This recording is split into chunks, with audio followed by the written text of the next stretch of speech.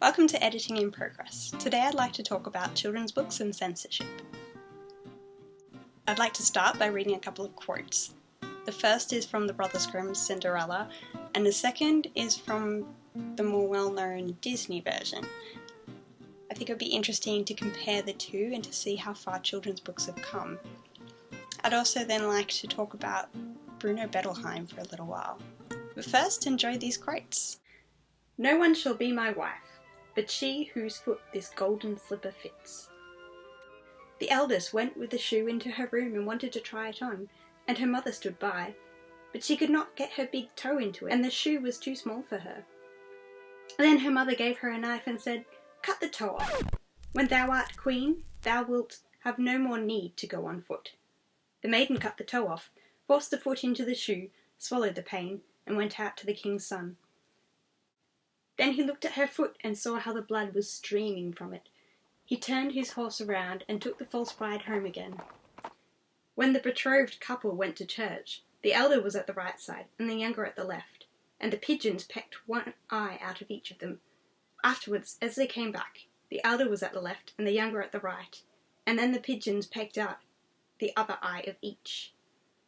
And thus, for their wickedness and falsehood, they were punished with blindness as long as they lived. While Anastasia and Drizella tried to squeeze their big feet into the little glass slipper, the two mice sneaked into the stepmother's pocket. They got hold of the key, tugged it up the stairs, and unlocked the door. Cinderella rushed downstairs to try on the glass slipper. "Your Grace," she said, "may I try on the slipper?" The wicked stepmother fumed with anger. She tripped the page who was holding the glass slipper. It fell to the floor and broke into 1,000 pieces. "Don't worry," Cinderella said, reaching into her pocket. "I have the other one right here." She put on the slipper and it fit perfectly. From that moment on, everything was a dream come true. Cinderella went off to the palace with the happy Grand Duke. The prince was overjoyed to see her, and so was the king. Cinderella and the prince were soon married. Everyone in the kingdom was delighted with the prince's new bride, and Cinderella and the prince lived happily ever after. As you can see, we've come a long way. The Brothers Grimm were very violent stories.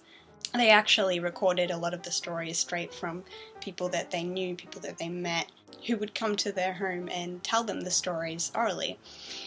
They wrote them down as close to the way that they were told to them as possible. And it was only later that they realised that children would be interested in these stories, and they republished them with certain things that they kept in mind, for example, Christianity, a sense of German nationalism, in fact.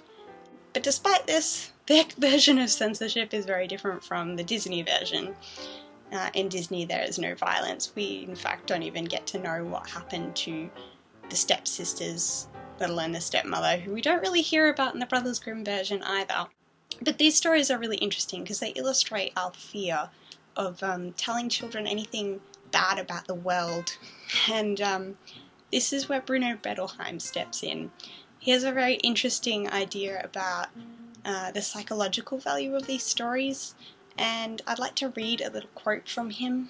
"A mother overcame her hesitation about telling such gory and threatening stories to her son. She knew that her son already had fantasies about eating people, or people getting eaten, so she told him the tale of Jack the Giant Killer. His response at the end of the story was, 'There aren't any such thing as giants, are there?' Before the mother could give her son the reassuring reply which was on her tongue, and which would have destroyed the value of the story for him, he continued, 'But there are such things as grown-ups, and they're like giants.' At the ripe old age of 5, he understood the encouraging message of the story. Although adults can be experienced as frightening giants, a little boy with cunning can get the better of them." This remark reveals one source of adult reluctance to tell fairy stories. We are not comfortable with the thought that occasionally we look like threatening giants to our children, although we do. Nor do we want to accept how easy they think it is to fool us, or to make fools of us, and how delighted they are by this idea. But whether or not we tell fairy tales to them, we do, as the example of this little boy proves, appear to them as selfish giants who wish to keep to ourselves all the wonderful things which give us power. It's really interesting that there's this sort of playoff between the underlying messages that adults get out of a story and the underlying messages which children get. Little Red Riding Hood is a great example of this. It's famously a story about rape, but for children it's a story about a little girl who does what she was told not to do, which is stray off the path. Now, I think all children have a moment where they think, I'm going to do a bad thing, or I want to do a bad thing. And to go through life with parents who are always telling you that the right thing to do is what everybody does and that there's nothing bad in the world, that's really wrong, because they still have those feelings and they have to be acknowledged. And I think that's what Bruno Bettelheim is trying to point out, is that those subconscious feelings are resolved in fairy tales in a way which they aren't in perhaps the Disney versions of the same tales. It's really interesting, some of the chapters he talks about different books, different fairy tales and the different reactions that they get from children, and he talks about the psychological underpinnings of why those are important. So yeah, personally I don't think that those fairy tales are in any way bad for children, but I would love to know what you think. I would love to know if censorship would guide you, or if you think that these stories are as important as I do. Thank you very much. Please leave comments below. Hit like if you like this video and subscribe.